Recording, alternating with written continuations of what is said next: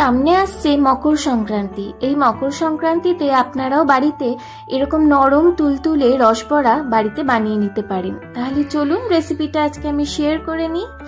রসবড়া বানানোর জন্য আমাদের চাই বিউলির ডাল।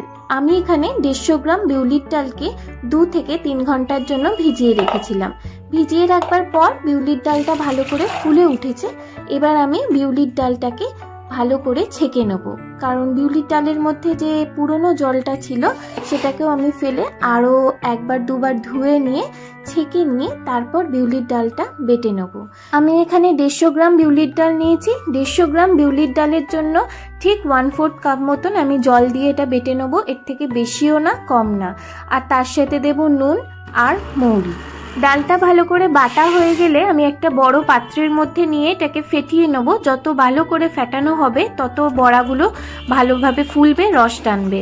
এবার আমি একটা পাত্রের মধ্যে জল নিয়ে ব্যাটারির একটু অংশ ফেলে দেখবো যে এটা ভাসছে নাকি। ভাসলে বোঝা যাবে ব্যাটারটা ভালো করে ফেটেছে।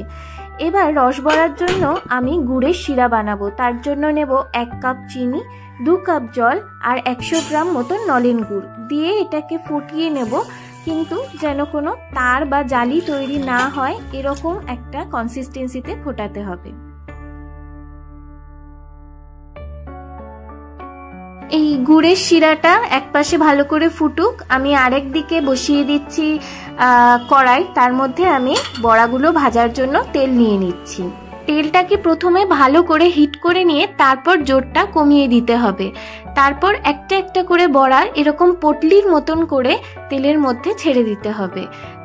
প্রথমে তেলের আঁচটা একদম কম থাকবে।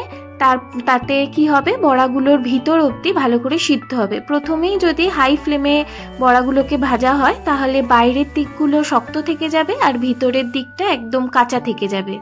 এরকমভাবে হালকা করে ভেজে নিয়ে একদম শেষের দিকে যখন বড়াগুলো ভালো করে ভিতরে সিদ্ধ হয়ে যাবে, লাস্টে একটু জোর দিয়ে বড়াগুলোর রং ধরা অবধি ভেজে নিয়ে এরকম করে গোল্ডেন ব্রাউন করে ভেজে ওই গরম শিরার মধ্যে দিয়ে দিতে হবে।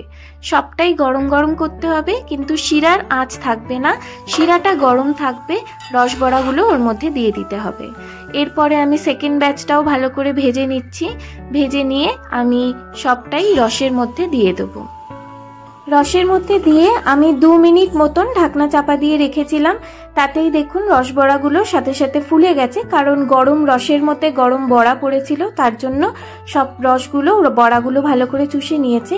দেখুন রস বড়ার মধ্যে কতটা রস চুষেছে, পুরো রসে টসটস করছে। তাহলে দেখলেন তো কত সহজেই রস বড়া বানানো যায়।